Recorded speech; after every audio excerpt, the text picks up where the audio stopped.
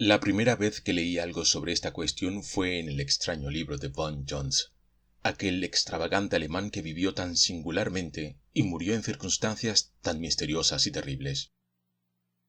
Fue una suerte para mí que cayese en mis manos su obra Cultos sin nombre, llamada también El Libro Negro, en su edición original publicada en Düsseldorf en 1839, poco antes de que al autor le sorprendiese su terrible destino. Los bibliógrafos suelen conocer los Cultos sin nombre a través de la edición barata y mal traducida que publicó Bradwell en Londres en el año 1845, o de la edición cuidadosamente expurgada que puso a la luz la Golden Goblin Press de Nueva York en 1909. Pero el volumen con el que yo me tropecé era uno de los ejemplares alemanes de la edición completa, encuadernada con pesadas cubiertas de piel y cierres de hierro herrumbroso. Dudo mucho que haya más de media docena de estos ejemplares en todo el mundo hoy en día, primero porque no se imprimieron muchos y además porque cuando corrió la voz de cómo había encontrado la muerte su autor, muchos de los que poseían el libro lo quemaron asustados. Von Jones, 1795-1840, pasó toda su vida buceando en temas prohibidos.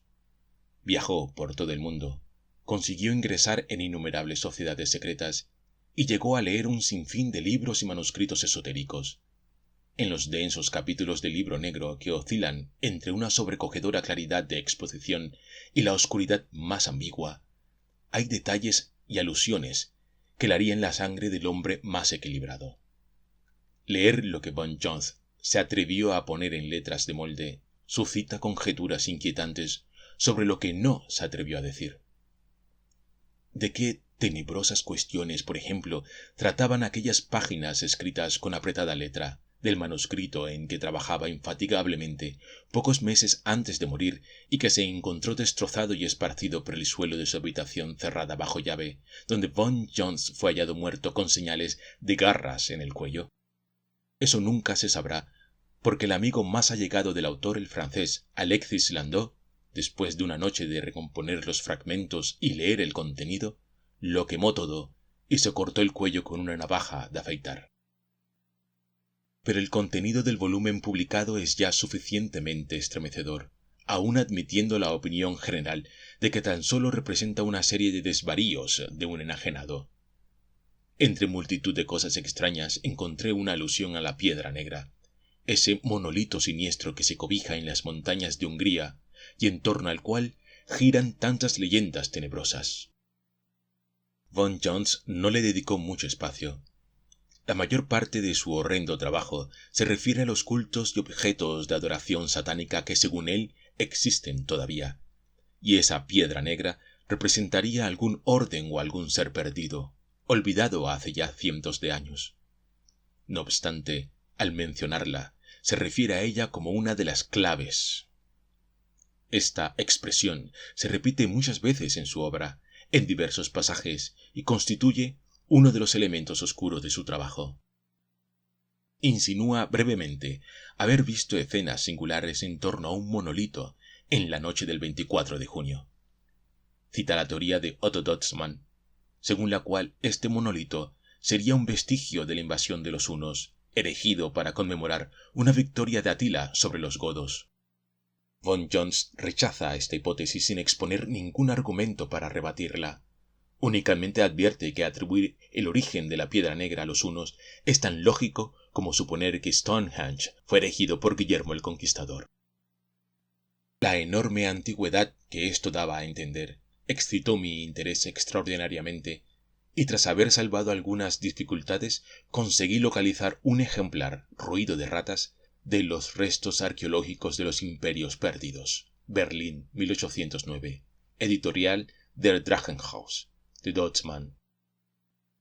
Me decepcionó el comprobar que la referencia que hacía Dotzmann sobre la piedra negra era más breve que la de Von Jones, despachándola en pocas líneas como monumento relativamente moderno comparado con las ruinas grecorromanas de Asia Menor, que eran su tema favorito. Admitía, eso sí, su incapacidad para descifrar los deteriorados caracteres grabados en el monolito, pero declaraba que era inequívocamente mongólico. Sin embargo, entre los pocos datos de interés que suministraba Dosman, figuraba su referencia al pueblo vecino a la Piedra Negra, Istregoy Kabar, nombre nefasto que significa algo así como pueblo embrujado. No logré más información, a pesar de la minuciosa revisión de guías y artículos de viajes que llevé a cabo. Istregoy Kabar, que no venía en ninguno de los mapas que cayó en mis manos, está situado en una región agreste, poco frecuentada, lejos de la ruta de cualquier viajero casual. En cambio, encontré motivo de meditación en las tradiciones y costumbres populares de los magiares de Dornli. En el capítulo que se refiere a mitos sobre los sueños, cita la Piedra Negra y cuenta extrañas supersticiones a este respecto.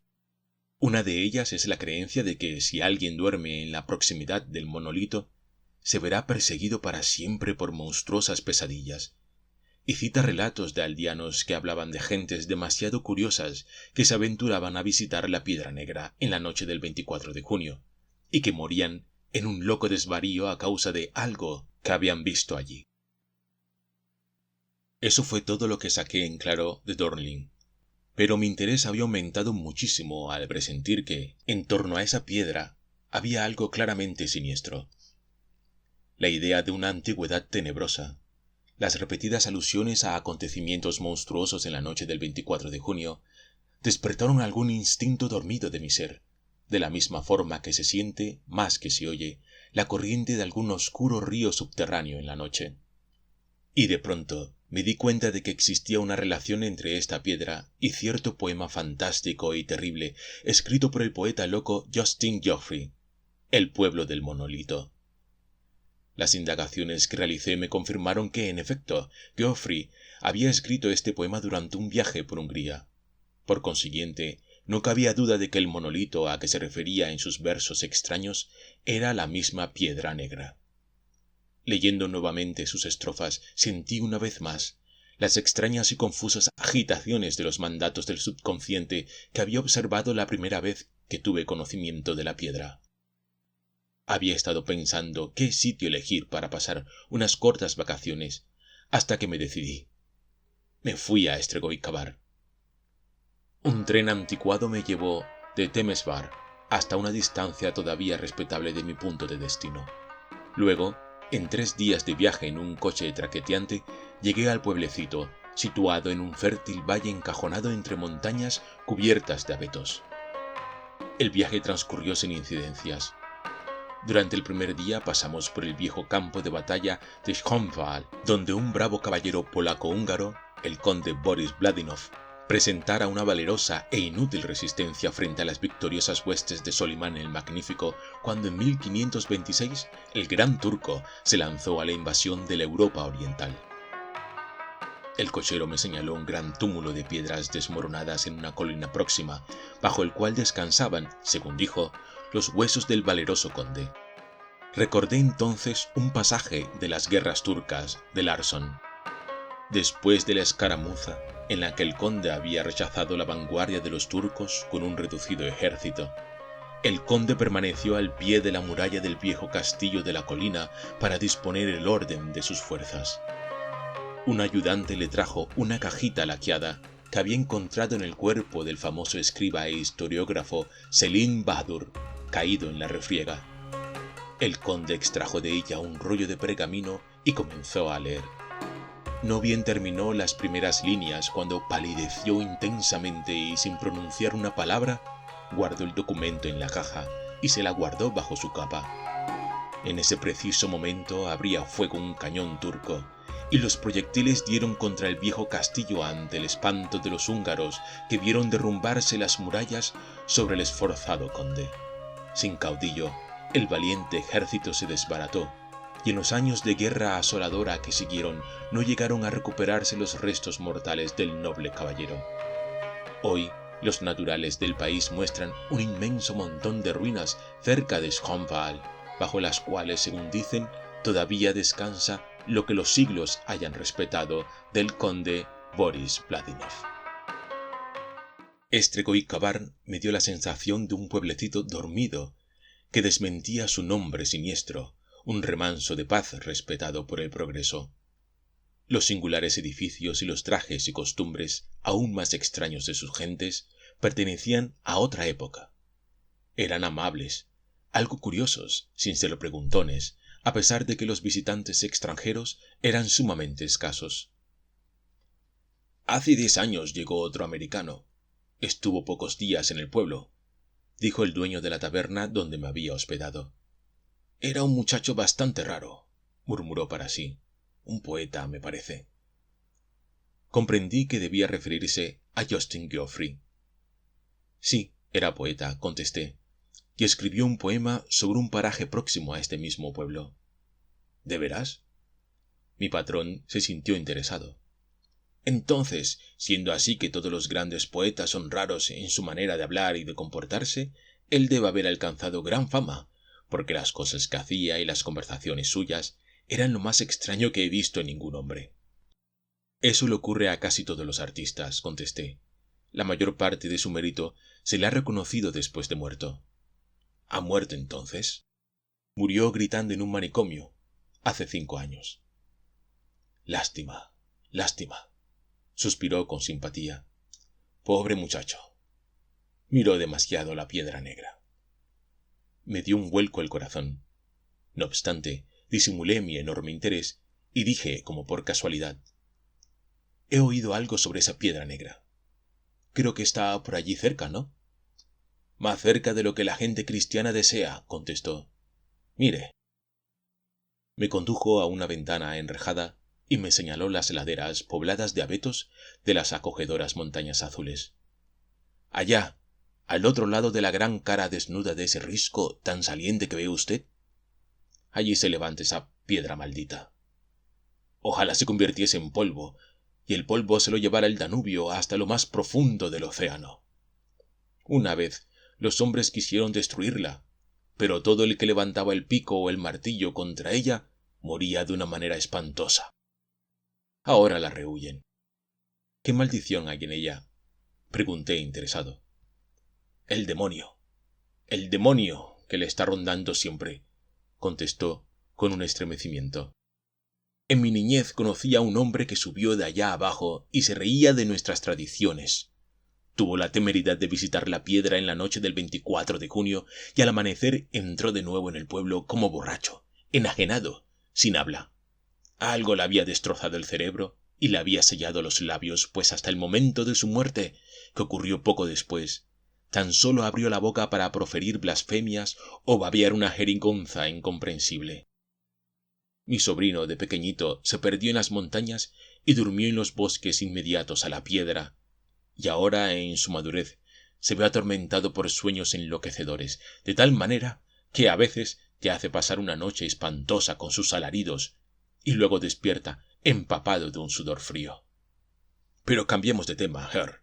Es mejor no insistir en esas cosas. Yo hice un comentario sobre la manifiesta antigüedad de la taberna y me contestó orgulloso. Los cimientos tienen más de 400 años. El edificio primitivo fue la única casa del pueblo que no destruyó el incendio cuando los demonios de Solimán cruzaron las montañas.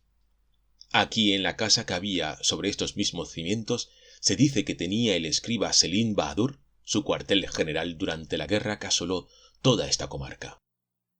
Luego supe que los habitantes de Estregoicabar no son descendientes de los que vivieron allí antes de la invasión turca de 1526. Los victoriosos musulmanes no dejaron con vida a ningún ser humano, ni en el pueblo ni en sus contornos, cuando atravesaron este territorio. Los hombres, las mujeres y los niños fueron exterminados en un rojo holocausto, dejando una vasta extensión del país silenciosa y desierta. Los actuales habitantes de Estregoicabar descienden de los duros colonizadores que llegaron de las tierras bajas y reconstruyeron el pueblo en ruinas una vez que los turcos fueron expulsados.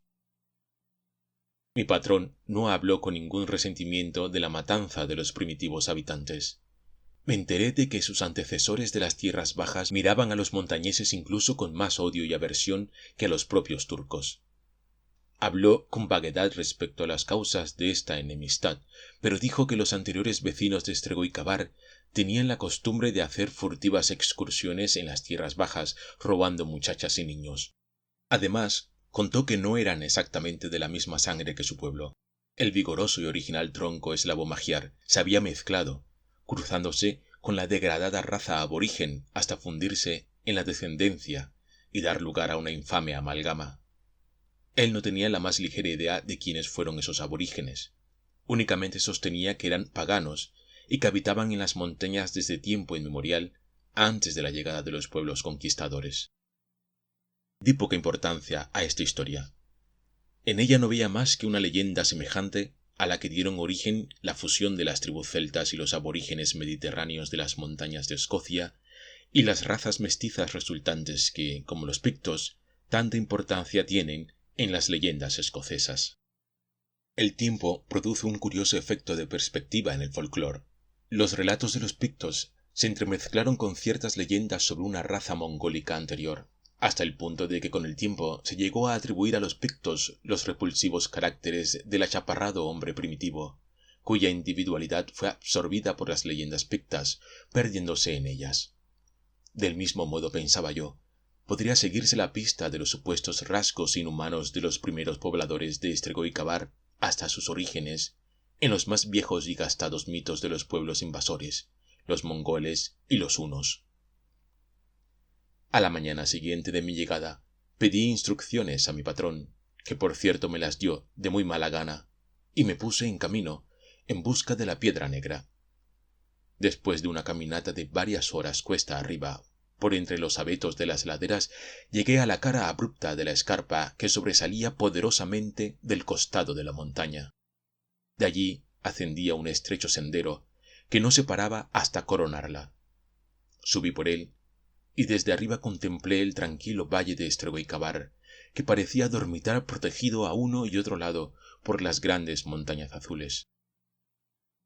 Entre la escarpa donde estaba yo y el pueblo no se veían cabañas ni signo alguno de vida humana.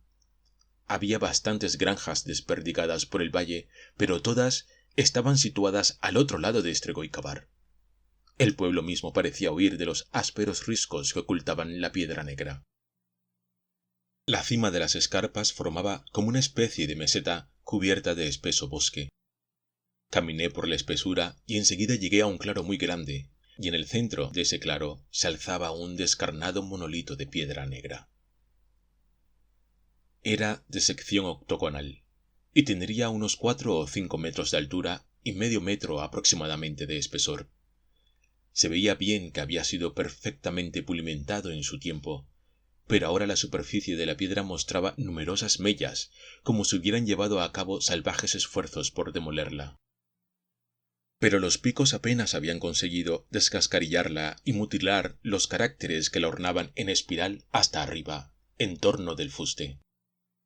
Hasta una altura de 2 metros y medio o poco más, los caracteres estaban casi totalmente destruidos, de tal manera que resultaba muy difícil averiguar sus características. Más arriba se veían mucho mejor conservados, y yo me las arreglé para trepar por la columna y examinarlos de cerca. Todos estaban deteriorados en mayor o menor grado, pero era evidente que no pertenecían a ninguna lengua que yo pudiera recordar en ese momento sobre la faz de la tierra. Lo que más llegaba a parecérsele de todo lo que había visto en mi vida eran unos toscos garabatos trazados sobre cierta roca gigantesca, extrañamente simétrica, de un valle perdido del Yucatán. Recuerdo que al señalarle aquellos trazos a mi compañero, que era arqueólogo, él sostuvo que eran efecto natural de la erosión, o el inútil garabato de un indio. Yo le expuse mi teoría de que la roca era realmente la base de una columna desaparecida, pero él se limitó a reír y me dijo que reparase en las proporciones que suponía. De haberse levantado una columna allí de acuerdo con las normas ordinarias de la simetría arquitectónica, habría tenido lo menos 300 metros de altura. Pero no me dejó convencido. No quiero decir que los caracteres grabados sobre la piedra negra fuesen semejantes a los de la descomunal roca del Yucatán, sino que me lo sugerían. En cuanto a la materia del monolito, también me desconcertó. La piedra que habían empleado para tallarla era de un color negro y tenía un brillo mate, y en su superficie, allí donde no había sido raspada o desconchada, producía un curioso efecto de semitransparencia. Pasé en aquel lugar la mayor parte de la mañana y regresé perplejo. La piedra no me sugería ninguna relación con ningún otro monumento del mundo. Era como si el monolito hubiese sido erigido por manos extrañas, en una edad remota y ajena a la humanidad. Regresé al pueblo. De ninguna manera había disminuido mi interés. Ahora que había visto aquella piedra tan singular, sentía mucho más apremiante el deseo de investigar el asunto con mayor amplitud e intentar descubrir qué extrañas manos y con qué extraño propósito fue levantada la piedra negra en lejanos tiempos. Busqué al sobrino del tabernero y le pregunté sobre sus sueños, pero estuvo muy confuso, aun cuando hizo lo posible por complacerme. No le importaba hablar de ellos, pero era incapaz de describirlos con la más mínima claridad. Aunque tenía siempre los mismos sueños, y a pesar de que se le presentaban espantosamente vívidos, no le dejaban huellas claras en la conciencia. Los recordaba como un caos de pesadillas en las que inmensos remolinos de fuego arrojaban tremendas llamaradas y retumbaba incesantemente un tambor.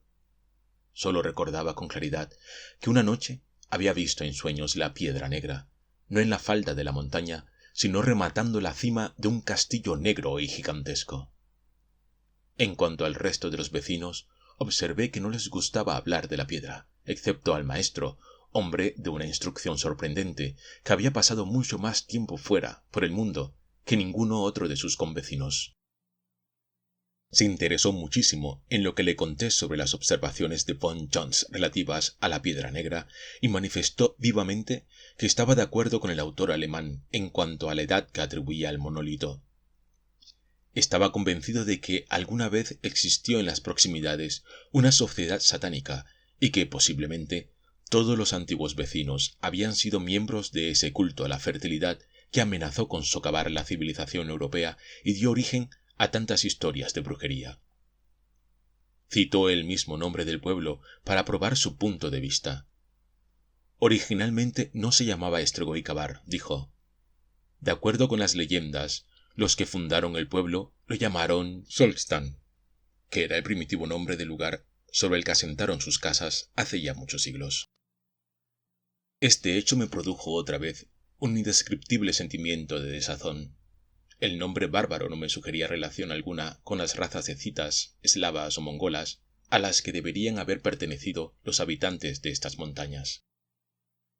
Los magiares y los eslavos de las tierras bajas creían sin duda que los primitivos habitantes del pueblo eran miembros de un culto maléfico, como se demostraba a juicio del maestro por el nombre que dieron al pueblo y que continuaron empleando aún después de ser aniquilados los antiguos pobladores por los turcos y haberlo reconstruido una raza más pura. No creía él que fueran los iniciados en ese culto quienes erigieron el monolito, aunque opinaba que lo emplearon como centro de sus actividades, y basándose en vagas leyendas que se venían transmitiendo desde antes de la invasión turca, expuso una teoría según la cual los degenerados pobladores antiguos lo habían usado como una especie de altar sobre el cual ofrecieron sacrificios humanos, empleando como víctimas a las muchachas y a los niños robados a los propios antepasados de los actuales pobladores, que a la sazón vivían en las tierras bajas. Desestimaba el mito de los horripilantes sucesos de la noche del 24 de junio, así como la leyenda de una deidad extraña que el pueblo hechicero invocaba por medio de cantos salvajes, rituales de flagelación y sadismo, como se decía. No había visitado la piedra en la noche del 24 de junio, según confesó, pero no le daría miedo hacerlo. Lo que había existido o lo que sucedió allí en otra época, fuera lo que fuese, se había sumido en la niebla del tiempo y del olvido. La piedra negra había perdido su significado salvo el de ser el nexo de unión con un pasado muerto y polvoriento. Hacía cosa de una semana que estaba ya en Estregoicabar cuando, una noche, al volver de una visita al maestro, me quedé impresionado de pronto al recordar que estábamos a 24 de junio. Era pues la noche en que, según las leyendas, sucedían cosas misteriosas en relación con la piedra negra. En vez de meterme en la taberna, crucé el pueblo a buen paso. Estregoicabar estaba en silencio. Los vecinos solían retirarse temprano. No vi a nadie en mi camino. Me interné entre los abetos que ocultaban las faldas de las montañas en una susurrante oscuridad. Una gran luna plateada parecía suspendida encima del valle, inundando los peñascos y pendientes con una luz inquietante y perfilando negras sombras en el suelo. No soplaba aire por entre los abetos y no obstante se oía elevarse un murmullo fantasmal y misterioso. Mi fantasía evocaba quimeras. Seguramente en una noche como esta, hacía siglos, volaban por el valle las brujas desnudas, ahorcajadas en sus escobas, perseguidas por sus burlescos demonios familiares. Encaminé mis pasos hacia las escarpas. Me sentía algo inquieto al notar que la engañosa luz de la luna les prestaba un aspecto artificioso que no había notado antes. Bajo aquella luz fantástica habían perdido su apariencia de escarpas naturales para convertirse en ruinas de gigantescas murallas que sobresalían de la ladera. Esforzándome por apartar de mí esa ilusión extraña, subí hasta la meseta y dudé un momento antes de sumergirme en la tremenda oscuridad de los bosques. Una especie de tensión mortal se cernía sobre las sombras, como si un monstruo invisible contuviera su aliento para no ahuyentar su presa. Deseché este sentimiento, perfectamente natural, considerando el carácter imponente del lugar y su infame reputación, y me abrí paso a través del bosque, experimentando la desagradable sensación de que me seguían. Tuve que detenerme una vez, seguro de que algo pegajoso y vacilante me había rozado en la cara, en la oscuridad. Salí al claro y vi el alto monolito alzando su silueta sobre la hierba. En la linde del bosque, en dirección a la escarpa, había una piedra que formaba como una especie de asiento natural. Me senté en ella, pensando que probablemente fue allí donde el poeta loco Justin Geoffrey había escrito su fantástico El pueblo del monolito. El tabernero pensaba que era la piedra lo que había provocado la locura de Geoffrey, pero la semilla de la locura estaba sembrada en el cerebro del poeta mucho antes de haber visitado Strigoi Cavar. Eché una mirada al reloj. Eran casi las 12. Me recosté en espera de cualquier manifestación espectral que pudiese aparecer. Comenzaba a levantarse una brisa suave entre las ramas de los abetos, y su música me recordó la de unas gaitas invisibles y lánguidas susurrando una melodía pavorosa y maligna. La monotonía del sonido y mi mirada, invariablemente fija en el monolito, me produjeron una especie de autohipnosis. Me estaba quedando amodorrado. Luché contra esta sensación, pero el sueño pudo conmigo. El monolito parecía ladearse, danzar extrañamente, retorcerse. Entonces me dormí. Abrí los ojos y traté de levantarme, pero no me fue posible. Parecía como si una mano helada me agarrara sin que yo pudiera hacer nada. Un frío terror se apoderó de mí. El claro del bosque ya no estaba desierto. Se veía atestado de una silenciosa multitud de gentes extrañas. Mis ojos dilatados repararon en los raros y bárbaros detalles de sus atuendos. Mi entendimiento me decía que eran remotísimos, olvidados incluso en esta tierra atrasada. Seguramente, pensé, son gente del pueblo que ha venido aquí para celebrar algún cónclave grotesco. Pero otra mirada me hizo comprender que aquellas gentes no eran de Strigoi Cavar. Eran más bajos de estatura, más rechonchos, tenían la frente más deprimida, la cara más ancha y abotagada. Algunos poseían rasgos eslavos y magiares, pero dichos rasgos se veían degradados por la mezcla con alguna raza extranjera más baja que no me era posible clasificar. Muchos de ellos vestían con pieles de bestias feroces, y todo su aspecto, tanto el de los hombres como el de las mujeres, era de una brutal sensualidad. Aquellas gentes me horrorizaban y me repugnaban, aunque no me prestasen atención alguna. Habían formado un inmenso semicírculo delante del monolito. Empezaron una especie de canto extendiendo los brazos al unísono y balanceando sus cuerpos rítmicamente de cintura para arriba. Todos los ojos estaban fijos en la cúspide de la piedra, a la que parecían estar invocando. Pero lo más extraño de todo era el tono apagado de sus voces. A menos de 50 metros de donde yo estaba, centenares de hombres y mujeres levantaban sus voces en una melodía salvaje y, sin embargo, aquellas voces me llegaban como un murmullo débil, confuso, como si viniera de muy lejos, a través del espacio o del tiempo. Delante del monolito había como un brasero, del que se elevaban varadas de un humo amarillo, repugnante, nauseabundo, que se enroscaba formando una extraña espiral, como una serpiente inmensa y borrosa en torno al monumento. A un lado de este brasero yacían dos figuras, una muchacha completamente desnuda, atada de pies y manos, y un niño que tendría tan solo unos meses.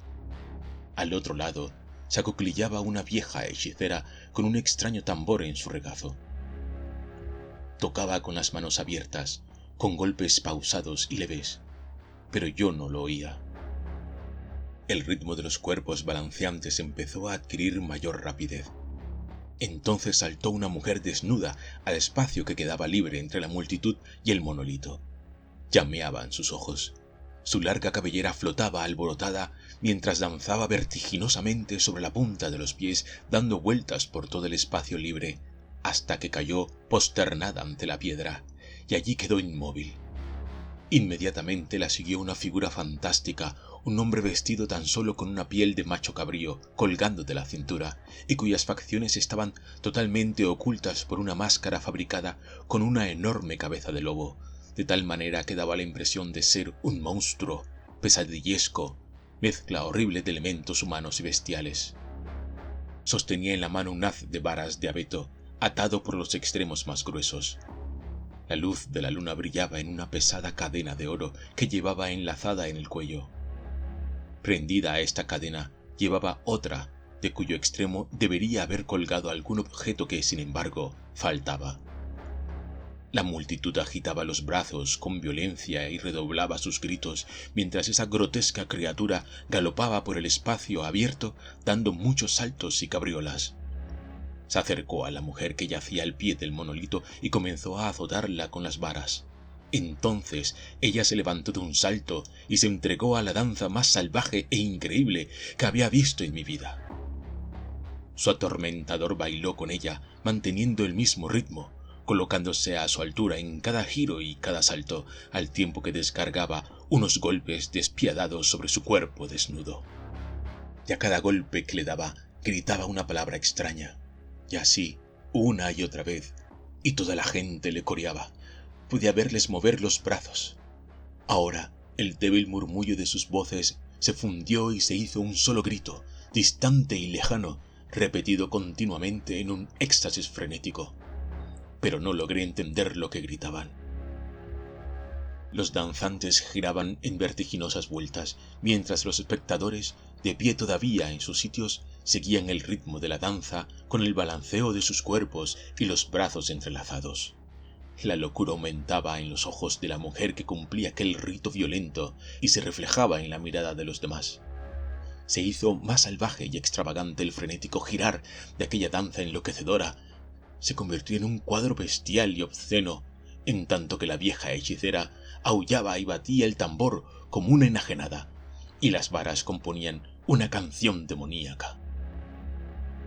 La sangre le corría goteante por los miembros, pero ella parecía no sentir la flagelación, sino como un acicate para continuar el salvajismo de sus movimientos desenfrenados. Al saltar en medio del humo amarillento que empezaba a extender sus tenues tentáculos para abrazar a las dos figuras danzantes, se hundió en aquella niebla hedionda y desapareció de la vista. Volvió a surgir otra vez, seguida inmediatamente de aquel individuo bestial que la había flagelado, y prorrumpió en un indescriptible furor de movimientos enloquecedores, hasta que, en el colmo del delirio, cayó de pronto sobre la hierba, temblando y jadeando, completamente vencida por el frenético esfuerzo. Siguió la flagelación con inalterable violencia, y ella comenzó a arrastrarse boca abajo hacia el monolito.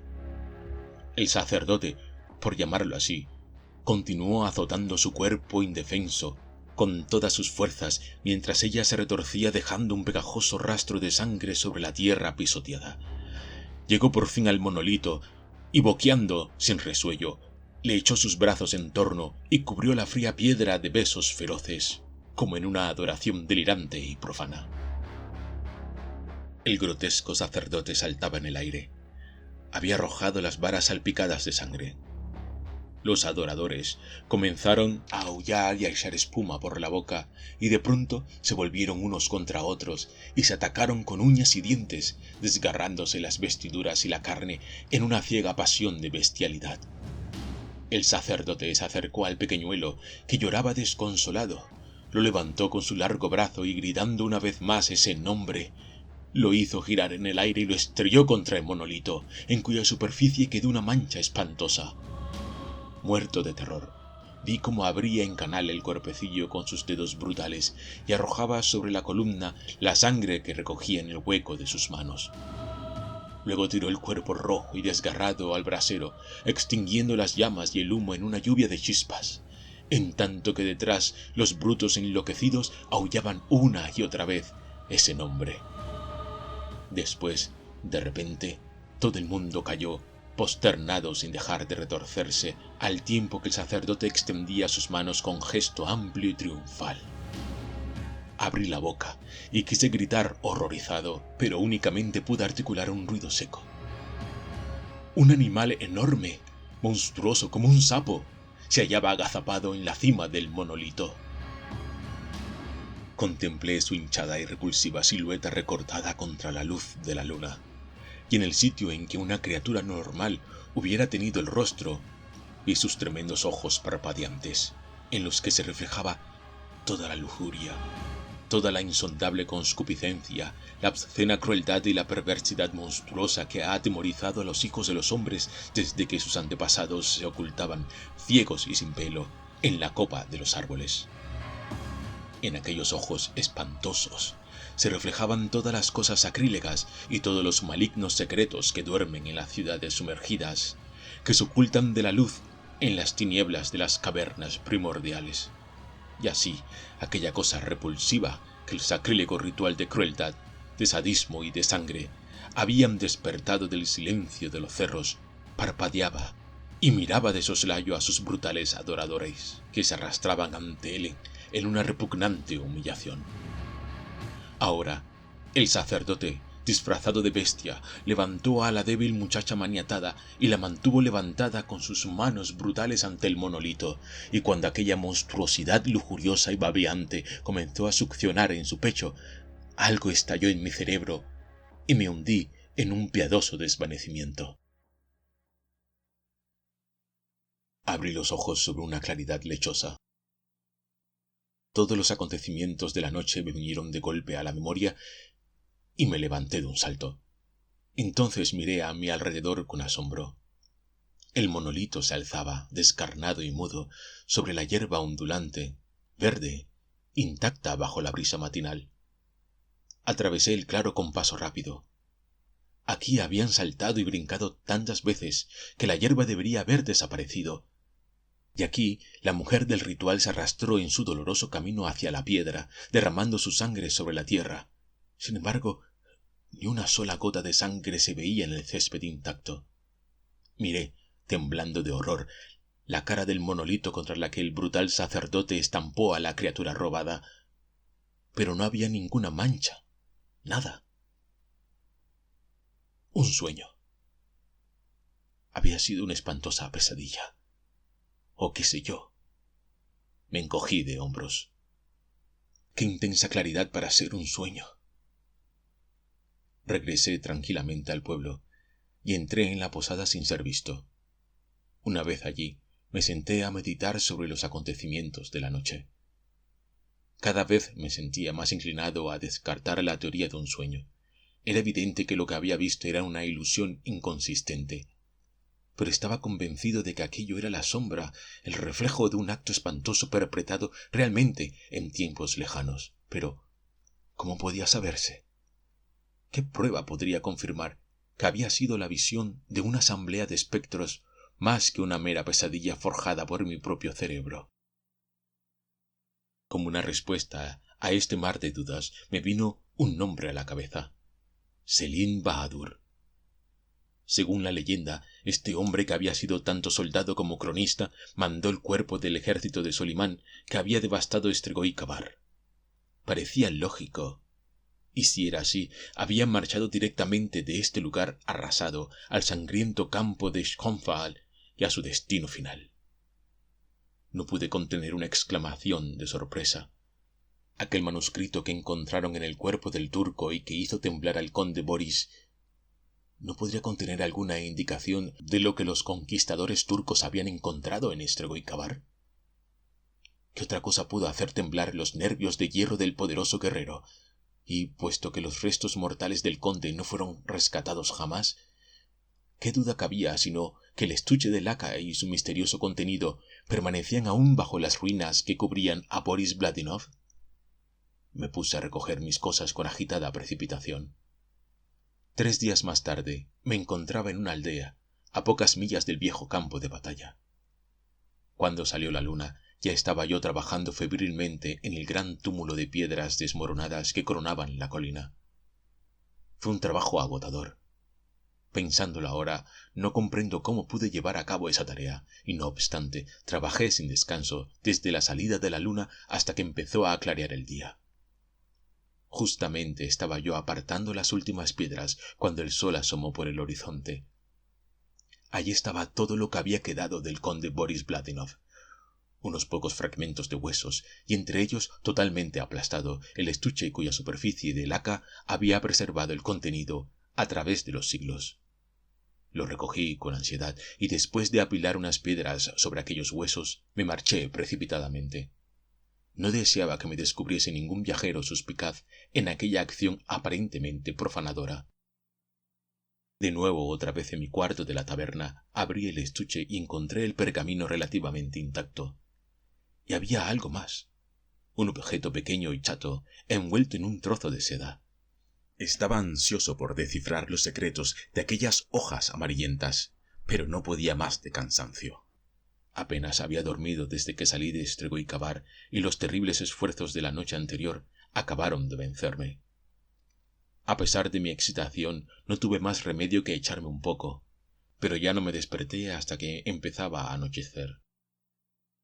Cené rápidamente y después, a la luz de una vela, me senté a leer los limpios caracteres turcos que cubrían el pergamino.